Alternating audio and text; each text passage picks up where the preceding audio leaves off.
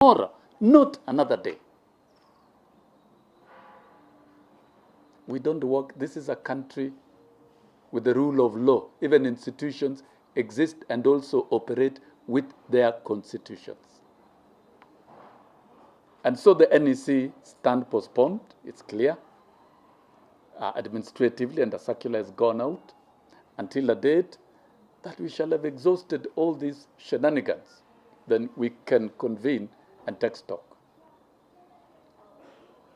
We have today obtained substantive and clear orders from the Employment and Labor Relations Court outlawing any other purported meeting, because the rule of law must prevail and rights of individuals and decency of society must be protected, which you'll be able to get in due course. So anybody, and I'm happy that members of the National Executive Council have heeded, some are still being persuaded with money to come, and of course others to come and picket. Picketing is a democratic right, but the meeting stands effectively suspended by the orders of the court until when a proper meeting is convened, and whatever activity that any member of the NEC would wish to canvass shall have that opportunity. So, ladies and gentlemen, that is a brief statement I wanted to give you, but allow me to quickly go through this written. That was my little preamble. Allow me to go through this.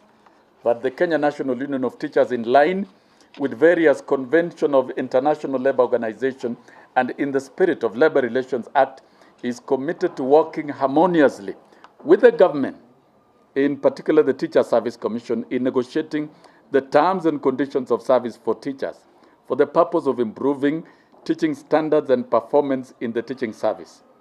The union therefore appeals to the Teacher Service Commission to embrace at all time alternative dispute resolution mechanisms in resolving disputes between NAT and the Commission. It would be wrong to transfer anger to the members and engage in the games they're engaging in. All grievances should be resolved in an amicable manner with a view to achieving sustainable industrial peace in the teaching subsector.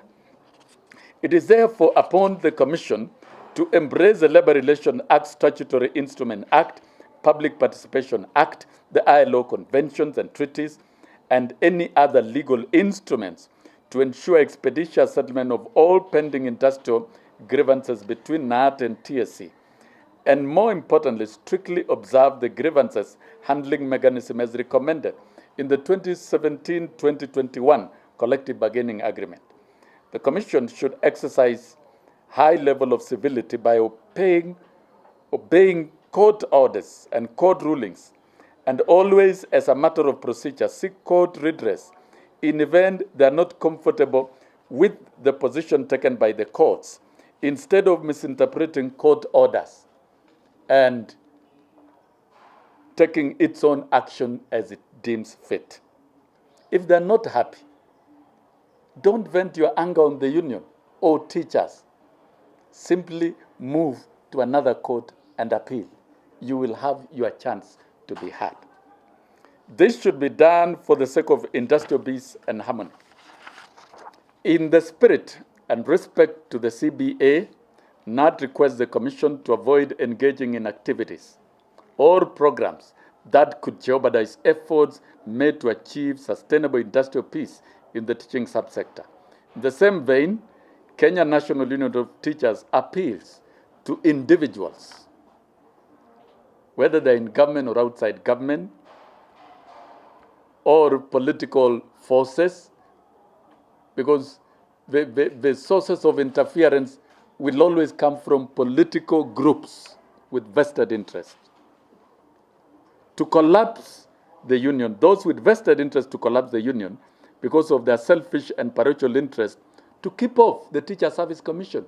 It's a free and independent commission, and they should keep off the Teacher Service Commission, keep off the union. You have no business infiltrating and trying to program your activities within our leadership and fire and membership.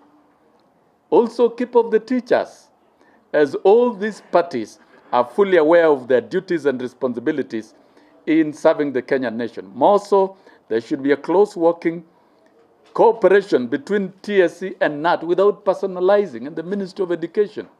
We don't choose individuals who man TSC and NAT and all these ministries. They find themselves and they're under duty to relate and work as institutions. And KNUT, we are prepared to ensure that we work with anybody and anyone. We don't fear. And also, we shall be able to work with all other government agencies for the purpose of defending education and labor policies to avoid incidents like the one we are currently faced with. Savage attack of a trade union because of phobia of individuals or phobia of a strong organization. A strong union will translate to a strong education system. And that is the role of NAT, to speak both on professional and industrial issues.